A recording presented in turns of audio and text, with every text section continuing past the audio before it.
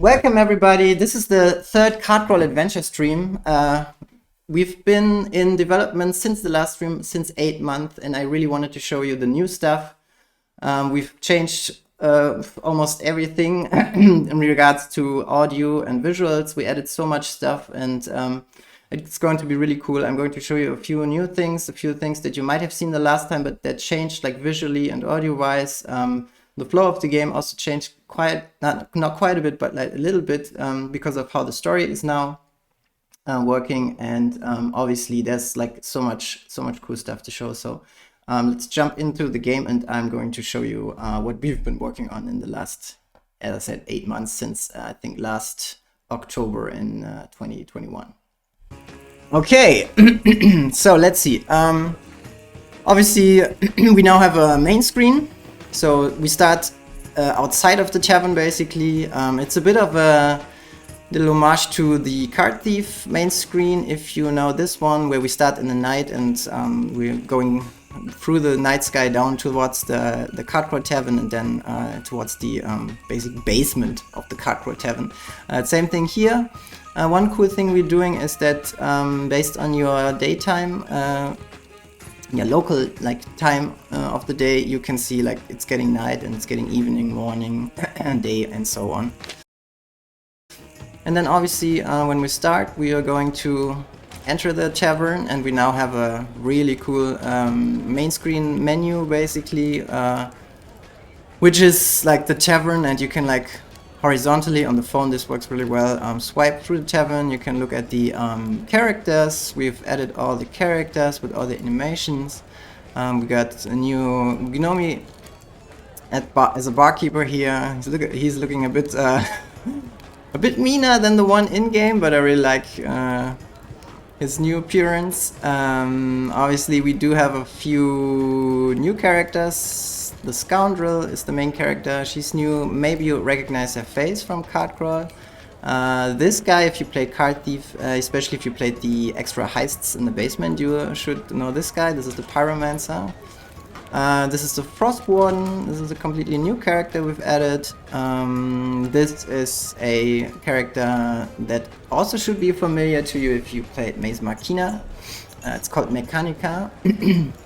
And another new character, I think this is actually a completely new character which we haven't seen in the last dev stream. That's the Blood Cultist, who is kind of a bit of a creepy guy, I have to say, but he's really fun to play.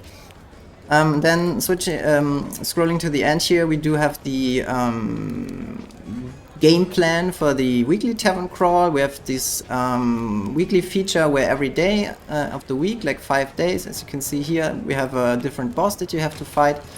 And at the end of the week, you can basically have a competition with everyone who's joining. And maybe that's the first thing I can show off real quick, because it's also a really cool thing. You can see now it's Sunday and the week is over, and we have a few players that played this week.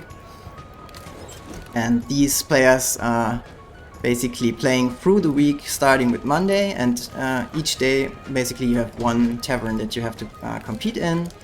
And then let's see, on Wednesday we have one boss. This is the Imp boss. You have a quest that you have to complete in order to gain extra gold, and each tavern has a different house rule that makes the game harder, easier, depending on the characters that are chosen in the week. Obviously the characters that you play with rotate every week, and yeah, at the end of the week obviously you have the leaderboard where you can like look at stuff.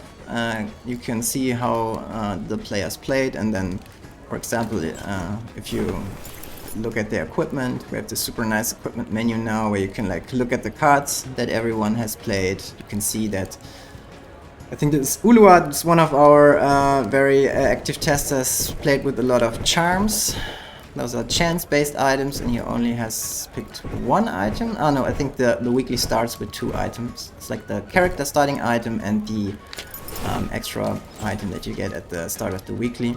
And if you look at maybe Gavin down here, she also played with a lot of charms, okay. So let's see another character, another player This is Chris, I think. He also played with a lot of charms. Okay, so I think this week a lot of players picked a lot of charms. There's not a good example. Okay, here. That's L. He's also like a really frequent tester. He played with a bunch of items, and these items basically are pickable after each tavern. And we got a lot of new illustrations for those as well. He, for example, you can see he didn't pick any cards at all. He like skipped all the cards. The card drafting only drafted undrafted items. So it seems to be a valid strategy this week. And then we do have the library. I think last time I showed off few things in the library, but obviously we fleshed out the library a bit more. The lizard character from Card Crawl basically is related to all the card and equipment stuff, so he's our merchant, our tavern merchant, and he basically can show you what he sets, what kind of card he has and what kind of equipment he has, and you can like look through cards. Obviously you can discover cards that you have already seen in the game, and then we have these nice tooltips for the cards, where you can like look up keywords and specific things like what's the snowflake, ice damage, and so on. What's the fire? It's fire damage, obviously, and yeah, you can like get infos about the cards. And yeah, this menu is new. Then we do have a similar menu here for the equipments, where you can like look through the character equipments. Obviously, also here you have to unlock them, and we'll get infos as soon as you got them unlocked. General equipment, as you can see here, we saw the crossbow in one of the weekly inventories, and yeah, the rest here on this version of the game is an unlocked charms that we saw. And we also got cursed equipment now. Cursed equipment actually belongs to a new mode, which is the hard mode basically of Card Crawl Adventure, where you, similar to Hades, basically choose the difficulty you want to compete in. So you add bad items to your inventory, which obviously block your inventory from getting good new items, but also they give you the score at the end of the game. So meaning the worse the items in your inventory, the better your score will be, and you will not be able to draft any external gold or any external bonuses basically. So you're just relying on scoring based on the bad items you picked. So yeah, and then here's at the end of the tavern here, we have our good old Herney. He's already sitting, waiting. And once you've select a character, which you can do here. So maybe I go through here real quick. All characters have cool selection animations. We got new sound effects from Almut Schwacke, which is a Berlin-based sound designer who really did a great job on helping out with the specific character sounds. Obviously Oliver, the guy doing music and sound for Card Crawl and Card Thief, is also still involved in the project. He will do more musical cues and audio cues for the bosses and also for the characters. This is something that we haven't added yet, but it's going to be added for sure.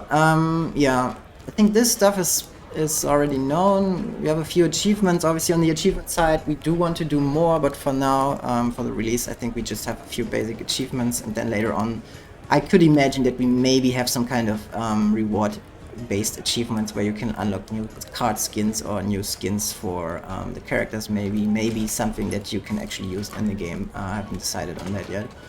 Obviously the Talisman of the Goddess is our easy mode. I don't want to call it easy mode, it's just like an accessibility basically option for people who just want to enjoy the game and don't want to go super hard on the difficulty. So that's basically an optional one-time purchase item which you can buy if you're into that, but obviously you don't have to. You can play the first character for free. I unlocked the first character item already, but you also can like unlock 2 more. And this is something we've changed since the last time. All the character unlock items now only have a task that you have to complete. Some rely on items, character items that you already unlocked. It's a bit similar to the card thief unlocks now. And each of the unlocks is now categorized, so to speak, in one offensive, one defensive, and one utility item, we call it, that basically changes, for example, the strength level of cards or something similar. And you can see here's the curse mode. I think curse mode is not unlocked on this character here. It's something I could show off another time. So and then we jump into the game. When we start the game, we get this super nice little animation here, scrolling over to Herney, and the first game always starts at Herney, basically. So he's always the first boss that you play against. The first game is always the same, so no house rule, no changing house rule. The quest is always the same, it's just selecting all cards in one turn. And obviously Herney also has no like boss scaling. For our bosses we have scaling in 3 different difficulty levels. If you encounter the let's say imp guy that we saw before in the second tavern, he's not as hard as you would, or he is not as hard as if you would discover or challenge him in the 5th tab, for example. But Herney is always the same. And now we have these nice animations also, so you can see the character and the game board. It's something that was a bit tricky. In Card Thief we only had the cards with all the animations, where a lot of atmosphere was like on the table with the cards. In Card Crawl we obviously have both, and here we had to come up with the kind of split screen basically. So you will see, I will play a bit and then you will see some of the interactions actually will like move the camera, and then you can like see what the boss is actually doing. And we do plan on having more reaction animations for the bosses, obviously, and I think that's really cool. So gameplay wise, I don't think that there is really new stuff. Obviously everything has illustrations and proper animations now. We do have sound interaction. We have a nice confirm icon, new one. We have these tooth now, because when I don't know if you know it, but if you want to spawn the boss, you can see up here that he has one of 3, which means you need to defeat 3 regular or normal minion monsters first to spawn him. So, and those tooth are basically the counter. And then for each of the bonfire rewards, which also happen in between the shuffling, we also have new illustrations. We have new sounds, for example, with from selecting the mug here to replenish my strengths. You can see that I'm drinking a nice mug. So, okay, what else? Obviously, the treasure chests, which are the optional goal to gain more gold, are in the game with different like mechanics also. So this one, for example, this is a bit bad right now here, because you can see the path on the chest has to be drawn in order to activate it. But this chest is actually sitting in the middle, so I couldn't even like get it. So in this case I actually need to select it and then discard it, so it basically gets drawn into a better spot next time. So I completed the quest here to select all cards, got one more monster down. I can also, I think the bonfire cards are also something new. These are the one of the few cards that are actually animated. So this is also more like a test with just a simple like displacement shader. But it's something I personally really like, and it's kind of easy to do. And maybe we can add a few more of those Hearthstone-like golden card animations that are actually cool. So I'm taking this one. This gives me just plain strength, which is good. Obviously these cards are shuffled into the deck and you only get them in this tavern, they're not permanent. And you can see here in the second shuffle we see the deck merchant for the first time, so we can select him now, along with a few monsters. And activate him to actually draft new cards. So every tavern you can choose from 3 cards. Or you can skip.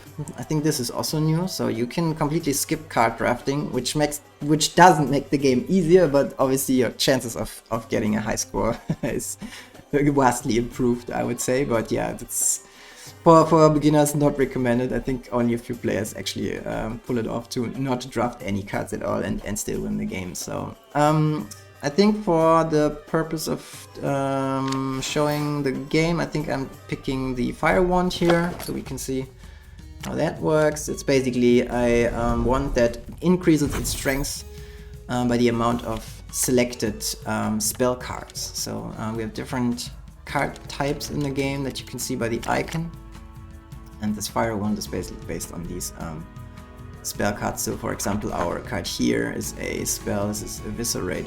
It's an attack card and a type of spell, and if I select this, we could see that it's going to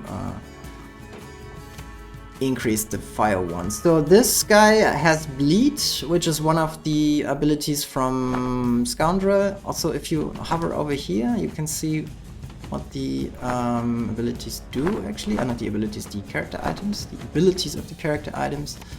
So let's see, so we wouldn't have to actually select this guy because he's already affected with Bleed, but we could select this guy and kill him here, deal some damage for Herney. And obviously the bosses don't discard, this is like a special case, so you have to they actually stick around and you have to fight them like the whole time until they're actually defeated. So we have a new animation for getting gold, which is also pretty fun. And now I actually am trying to get the treasure maybe, because it's lying in a good position. Adding more bleed to those guys, selecting treasure here, regaining more gold, getting this guy. And now the treasure activates, gets like this golden shiny border. And then the treasure reward screen opens. So this is something I also wanted to improve a bit more, because all these menus are pretty similar and pretty samey, I would say. I rather would have something more special here, but for now I think we keep it like this. And for the treasures, there are different treasures that you can like select from the chests, but for the sake of like simplicity, I'm taking the dagger here, which is doing 3 damage and just getting me 1 gold if I select it. So this guy on Purge means if it's discarded, added a new monster. So that's why he put a new card into the deck. So my Fire Wand is going to be buffed now, as you can see here. So if I select this first, he gets 2 fire damage. And then I'm actually doing fire damage as well. Let's see, maybe we can go all the way around here and get even more damage. Get this guy, get Herney, and this guy as well. So Herney's going to die because he is going to suffer 1 bleed at the end of the turn. And he's obviously not happy because now Naomi is taking over, and yeah. So as we maybe saw in the last video, the gnomes, basically the family of gnomes, which is actually pretty cool. We have 5 of them now, are the last, second to last card before the exit. And the gnomes are kind of a like mechanic to actually end the game so that people don't stick around forever, opposed to, for example, in Card Thief, where you can stick for quite some time and gain even more gold and even more score. So these increase their damage. And when they rest means if they're not selected, so meaning they stay on the board and they increase their damage and they get more and more difficult. But you can avoid that by paying gold to them. So if you select him, he's actually stealing gold from your score. So in some situations it's actually necessary to survive to pay him, but in this case we still have a lot of gold left over, so we can just make our exit here. So obviously the Tavern exit is always the last card that you have to select to activate it.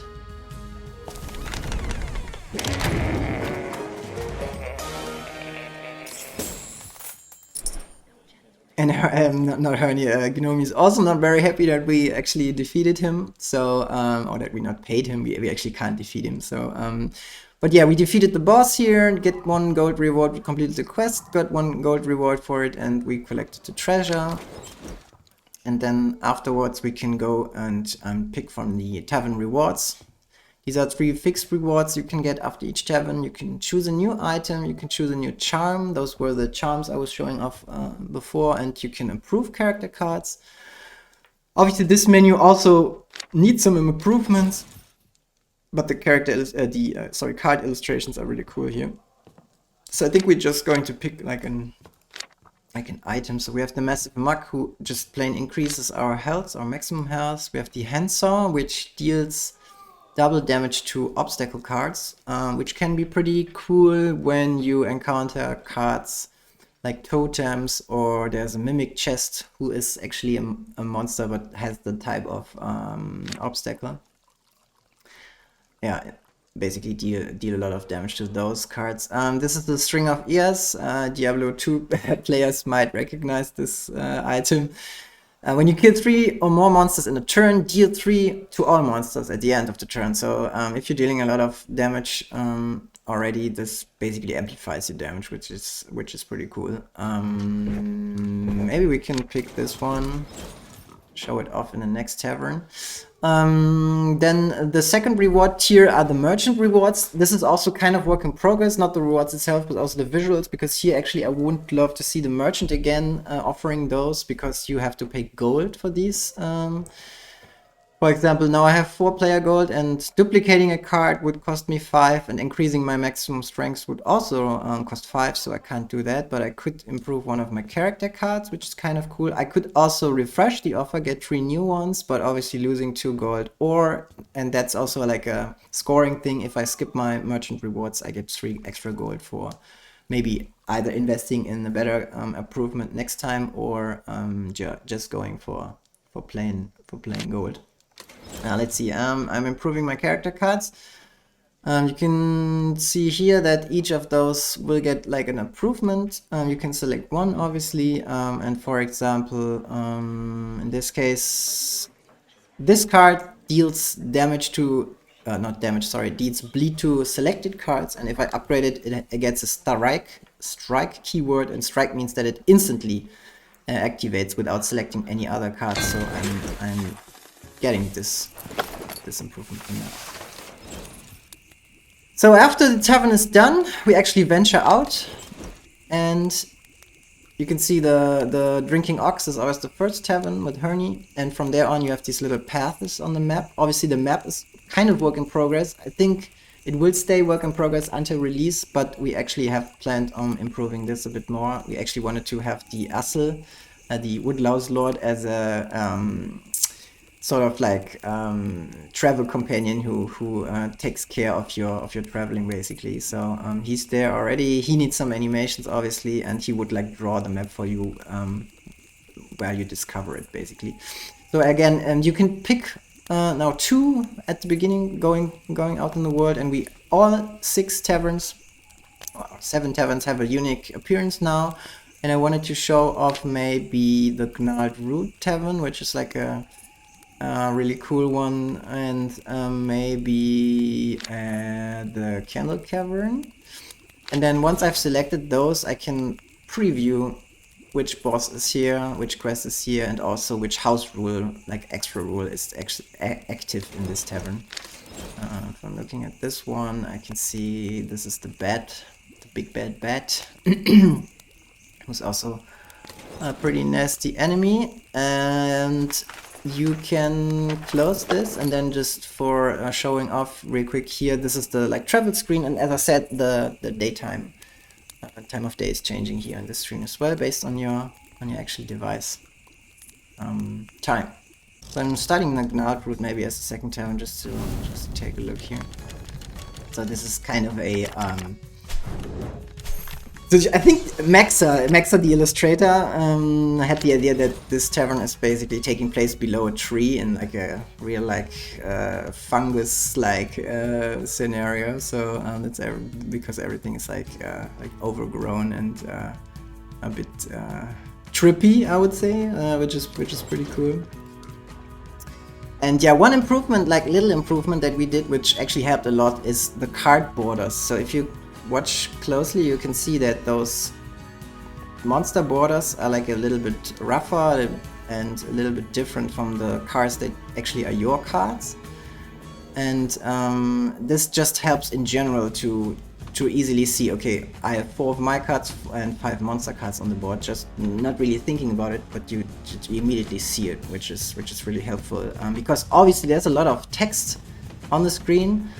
We try to minimize text as much as possible, but obviously still it's like, once you get used to the cards, you can see, okay, Fire Wand, and then you're interested to know what Fire Wand is. But I think for new users in the beginning, it's quite a daunting task to actually learn all the cards and getting familiar with the illustrations. But yeah, especially the card borders was one very, very good change we've made.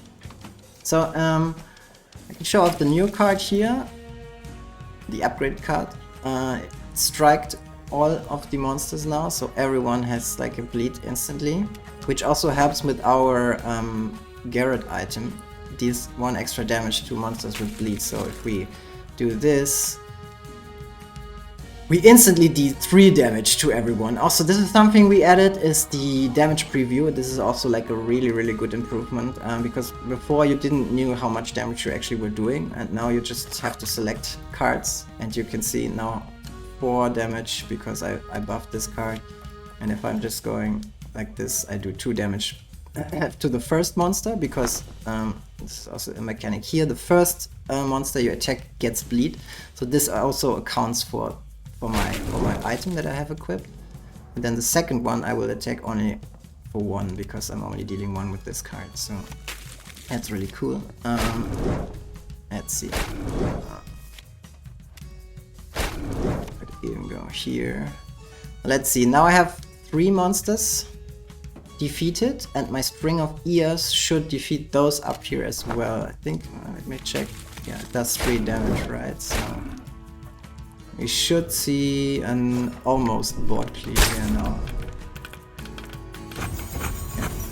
Yeah. They even got 4 damage, because obviously the item that actually does 1 extra damage also triggered.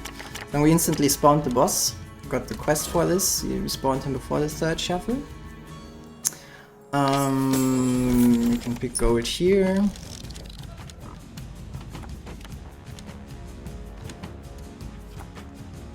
Okay, I think 1 card gets discarded. This is from the house rule. Yeah. The purge means discard. In our case, a random card gets purged at the start of the turn. So this is the sacrifice altar, which you need to activate by sacrificing 1 of your cards, which is kind of mean, but I think we're fine sacrificing our sword here. I think we can pick this one to show it off how this works.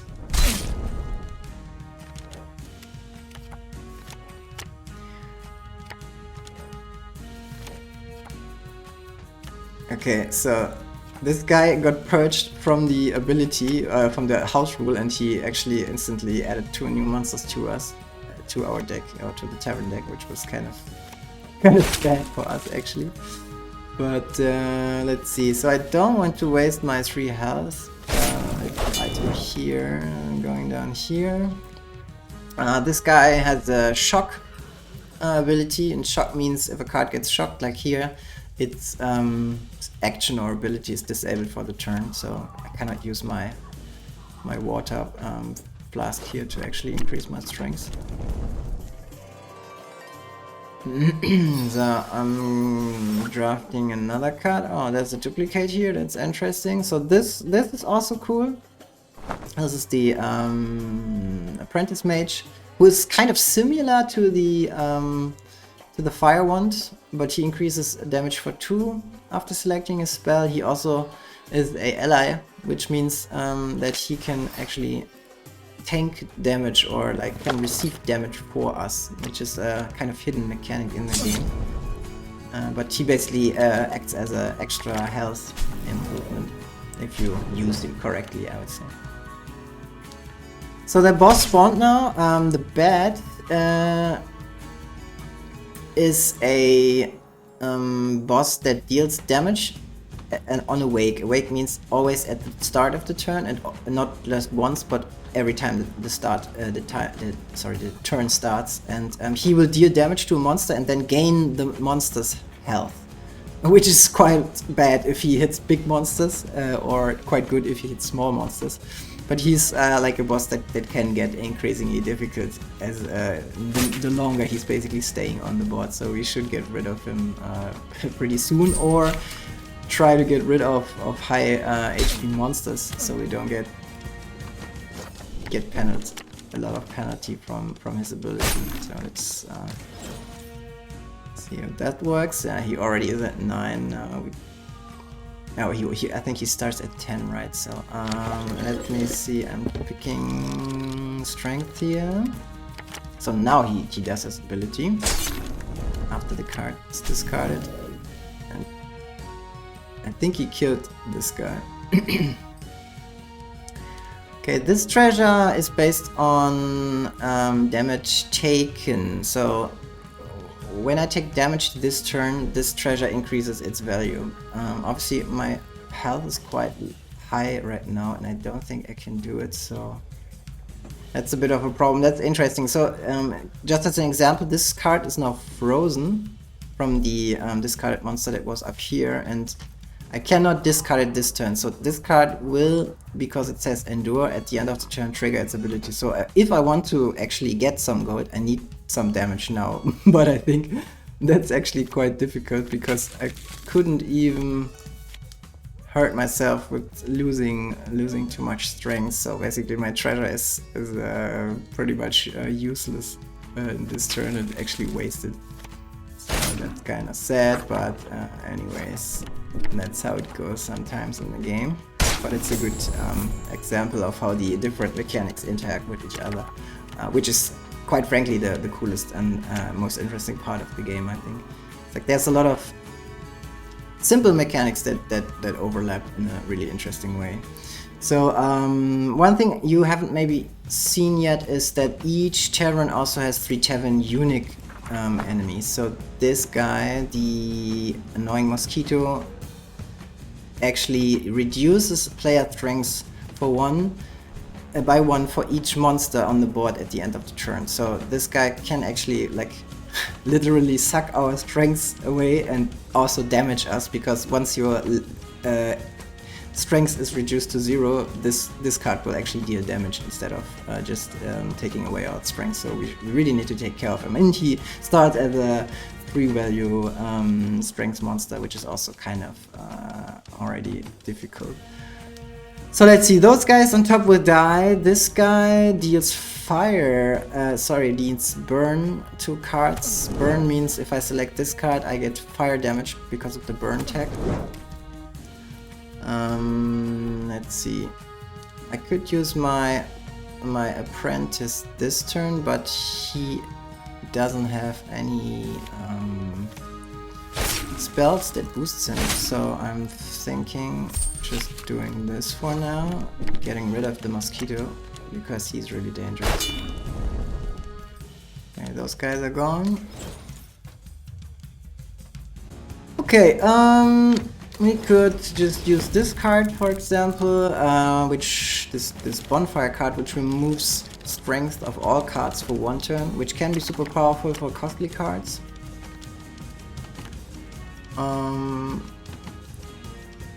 Let's see, so now we could like buff our apprentice to 4 and then we're dealing a lot of damage here. And here you can see the interaction. So I'm running out of strength here. Normally if I pick up this card I would get dealt 1 damage because I'm not strong enough to pick it up, but I have selected my apprentice in the path before this card. So he actually gets damaged. And if I want to avoid that, I would go here and drink, but obviously this burn tag will deal damage to me and then he still gets damaged. So either way, I think it's better this way around. This is also a really nasty card, which increases strength of other cards, and he in this turn actually increases strength of my cards, so have to be careful with that as well.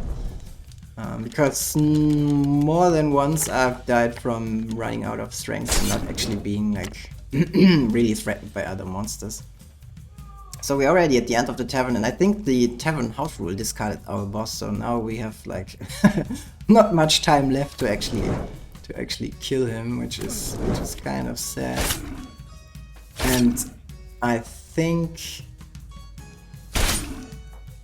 this guy needs to go because he's burning my cards. I can try to stick around for maybe 1 or 2 more turns.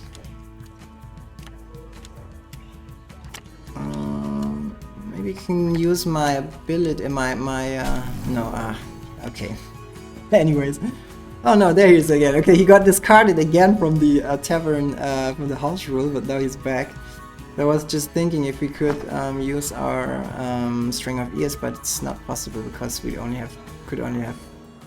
could have killed 2 monsters, but still our dagger also got shocked. So yeah, that's not going to happen. So okay, so anyways, I'm going to just leave the tavern because now he will deal 2 damage to me, and I'm not going to risk my run here at the stream. So, in this case, we failed to defeat the tavern boss, which isn't that bad. I mean, it's an optional goal. That's also something to remember. All the goals in the game are optional besides actually finishing the tavern. So your main goal is always finish the tavern and then move on. We're back at the Tavern Rewards screen. Maybe we can improve one of our cards. This is a very good improvement because now I deal 2 damage on strike and bleed, which is pretty cool. And I could remove a card from the deck and add 1 of 3 random cards, or I could transform a card into a higher one. This is a luck-based improvement. So let's see, I could use my simple dagger, and then let's get improved to a Morning Star, which deals also bleed. Okay, then I can, so since I finished this tavern, I can go left or right or left. You can, the paths are not really visible here right now, but you can see them here. You can just select this one. And showing off maybe this tavern last with the Dry Bones boss, which is also a card crawl favorite, I guess. This tavern increases cards that deal frost damage by 1. I don't have frost damage card, which is not that bad. Killing the boss gives me 2 gold, and I have to defeat 3 monsters in 1 turn. Okay, and so this tavern is this kind of catacomb gravy like skeleton thing, and I think he is pretty fitting in here. So obviously the bosses are random and the taverns are random, and not all bosses have like a fixed tavern, they rotate, but in this case it's actually kind of funny that it fits his character. Okay, let's see. So this is my new card that I got from the improvement. It's Morningstar, deals bleed to adjacent monsters. It's kind of similar to the other card I have, so it's not the best like synergistic card, but still I could use it to improve my strength with my leech card. He does something on endure, he needs to go, he shocks on awake, probably also has to go for now. Can't attack them really, but just discarding them so they don't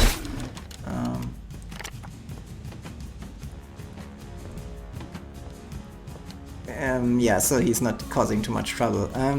Preston said love all the callbacks to previous games. Yeah, well, I mean, developing games, it's always trying to like live up to the hype of the old games, and obviously this game is like an amalgamation of everything that was amazing about Card Crawl, like visually and like the style and everything that is interesting about Card Thief, and then just putting the new stuff that Matthew Dunstan, the designer I co-designed this with, on top. So yeah, it's quite cool, and I really think that the game turned out really well. It's obviously a bit high on the On the difficulty, like learning scale, but I think most of the card crawl and card thief players that are familiar with my games will actually get through this and really enjoy the game. I'm pretty sure. So showing off another treasure here, which is the map treasure. The map treasure works like this. You have to select the treasures, the treasure cards, with the arrows in line with the path. So this from the left, this from the left, and then I have 3. Maybe getting this guy as well. And then I activate it. So there's the treasure chest from the map. Killed 1 enemy.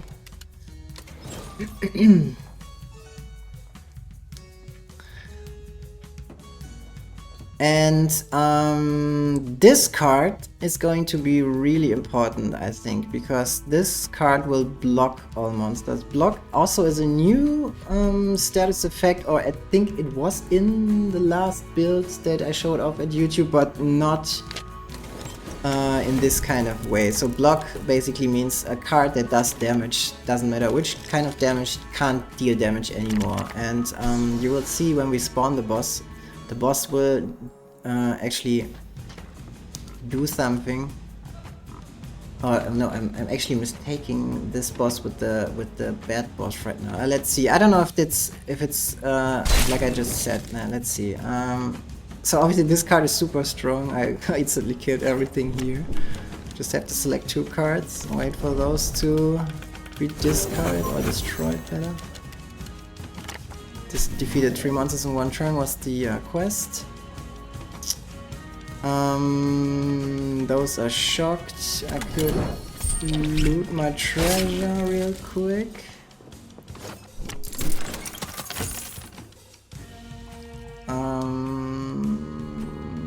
Could use this one. It's a bit mean. So once ambush is another keyword. Once a card is drawn, it's ambushing basically, and this guy is increasing strength of all adjacent cards and then giving us 3 gold. So this can be pretty nasty, but 3 gold is pretty good. So yeah, he actually hit both of my cards. So yeah. Let's see. Okay. I could use this card to block this guy because he deals damage, but I actually want to save it up for the boss, so I think we have to just discard a few more cards here. Let's see, we could also, let's see, like this, then gain some strength, gain this one, and he deals damage on Endure, which is also kind of bad, but still, it's just 1 damage. Let's see if we can survive this. The shuffle is almost over. So we could use some healing maybe, which is kind of costly, but we could also use some elemental damage. This is the Frostbolt. I think we can use that, and that synergizes well with the Fire Wand and with the Apprentice, because it's a spell card, so that's good. Let's see, I really should heal up here.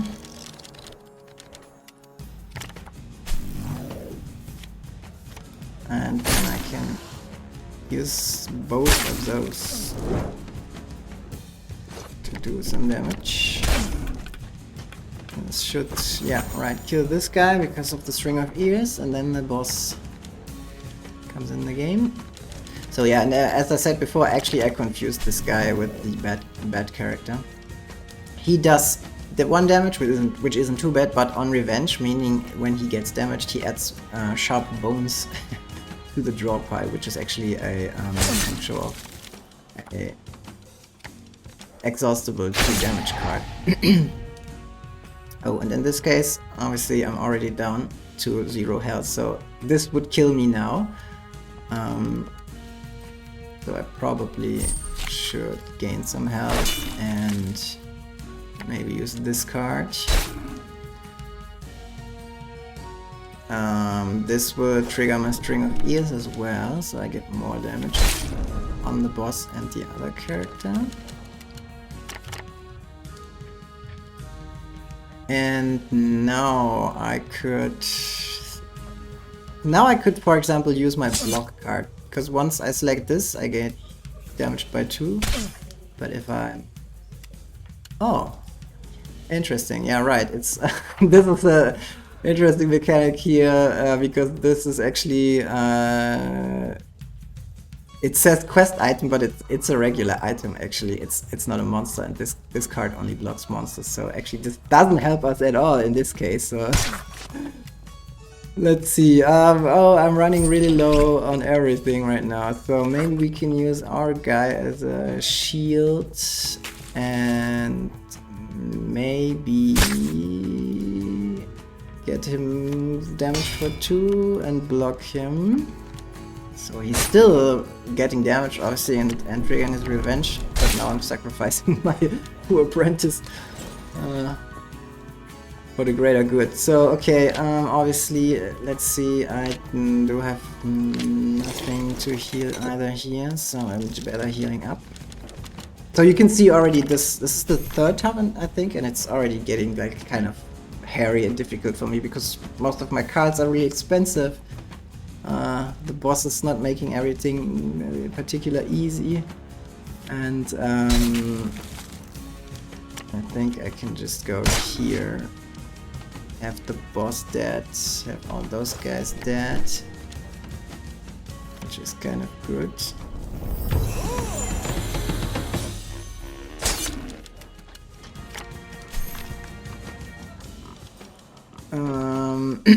So I'm still really low on strings. I really want to move this guy out the way. No, he is bleeding already. I actually don't have to do that.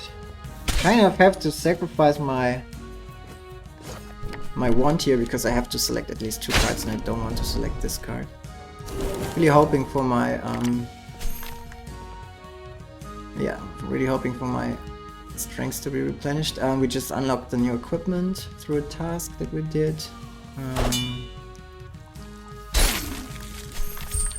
Ouch. So now I'm on 1 health, that's not good. Let's see.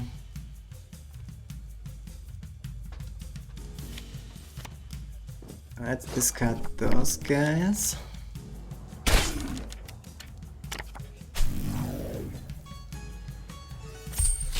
So here's my health item. He needs to go.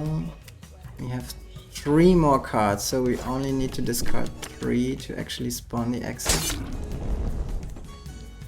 This guy's gone.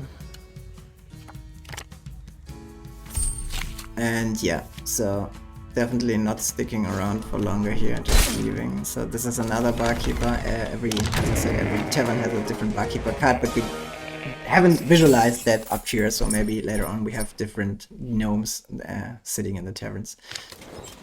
Yeah, so this was the third tavern, and what haven't we shown off? This yeah, this is a change. Maybe also like looking at the charms. So charms were always intended as these kind of luck-based items that basically work like 50% of the time, but not all the time, and they are very specific. So for example, the charm of the blade interacts with damage and bleed.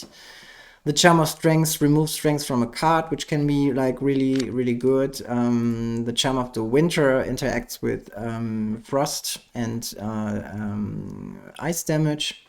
And we have a bunch of those that do like really mechanically tied things, I would say. We have also one charm that is really famous, the charm of death, which has a 50% chance of actually instantly killing a card, which led to some hilarious boss defeats, like really easy ones. A lot of our playtesters love this card. So in our case, I think this would like synergize with the Scoundrel pretty well, or the strength removal is also something that is pretty good overall. I think this is more like an overall like helper or defensive item, I would say, which is quite good because in this run we already have quite a lot of damage through our damage cards. And then yeah, just to showing off, so I could also skip this and just gain some gold here. Yeah, and that's basically the loop. Obviously, I won't show you like the end now because it would take too long. But you have to defeat 2 more, or complete 2 more taverns, defeat 2 more bosses in order to win a game. And yeah, once you're basically done, cleared the tavern, you can get a high score. You can show off your basically your achievements and stuff like this. So yeah.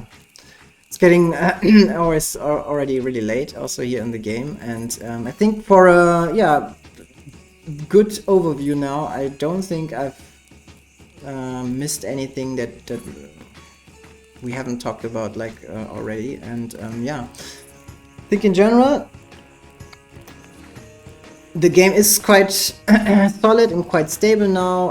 Obviously, again, big shout out to all the playtesters that have been playtesting for over a year now, really actively, and that's something I haven't actually done before with the other games that we have had such a long playtesting phase. Obviously, also during Corona pandemic, like bad times. We had a lot of delays with testing and stuff like this, but I think in the last year and also this year, we actually could make like really good improvements and really amazing progress, and mostly through like the feedback from all the active play testers. So again, big shout out to our Discord crew and all the other guys that tested. I think so we tested with around 500 to 600 people. Not everyone was like super vocal and active, but I could also collect a bit of analytical data through the open playtest on Google Play, which was quite good. And yeah, I think the overall feedback was quite good. Again, there are still some rough edges on the menu parts. The UI parts could be improved. Obviously, we're missing animations. Hopefully, we will not miss Oliver's cool musical cues and those like specific musical things. One shout out already to Clark About, who is the composer of Slay the Spire, who actually added 1 track for the weekly game, which is really cool. And I have another audio guy, composer, working on another remix that also will be implemented in the game. And later on, maybe we even get more remixes of the original cardboard sound, which is cool. And then, as I said, what I'm also planning on is that we will have some additional artists actually doing like skins for cards tied to maybe unlocks or something like longer term progression that should be really cool. So yeah, I already have a big list of artists I want to contact, and hopefully they join the project and do some cardboard adventure cards for me. Okay, then again, thanks guys for watching the live stream. Also for all the other guys, see you on YouTube later, and I hope that we won't have a 4th dev stream actually, but more like of a release stream. Maybe I'm going to invite Matthew, who co-designed the game with me, because we have like collected a lot of old prototypes and have a really good documentation of the design process. So that's something I'm actually looking forward to, if we could do a stream with him together and just talk about what we changed like in the really early beginning, like in the first 6 months where the game changed quite a lot, and just look at some of the old prototypes and maybe laugh about how bad the game was back then. And yeah, that's definitely on my list. And besides that, I hope everyone is excited for the game. We are for sure. Again, releases really soon, and I hope to see you definitely in the leaderboards then. And okay, thanks again guys. I hope you enjoyed this little showcase, the 3rd Cardboard Adventure dev stream, and until next time, I'm just saying bye bye.